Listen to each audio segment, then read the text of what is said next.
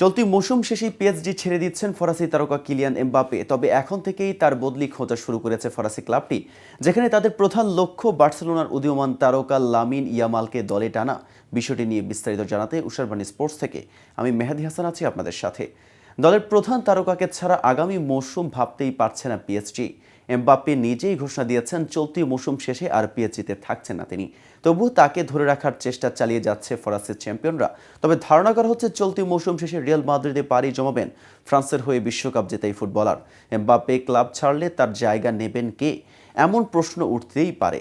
এর আগে বেশ কিছু ফুটবলারের নাম আসলো, এবার পিএসজি চেষ্টা করছে বার্সেলোনার তরুণ ফুটবলার লামিন ইয়ামালকে দলে নিতে। তার জন্য 200 মিলিয়ন ইউরো বাজেট রাখছে পিএসজি, যা বাংলাদেশি মুদ্রায় প্রায় 2323 কোটি টাকা। এর মধ্যে বার্সেলোনার সভাপতি হুয়ান লাপোর্তা ইয়ামালের জন্য যে কোনো প্রকার প্রস্তাবই প্রত্যাখ্যান করবে বলে জানিয়ে দিয়েছে।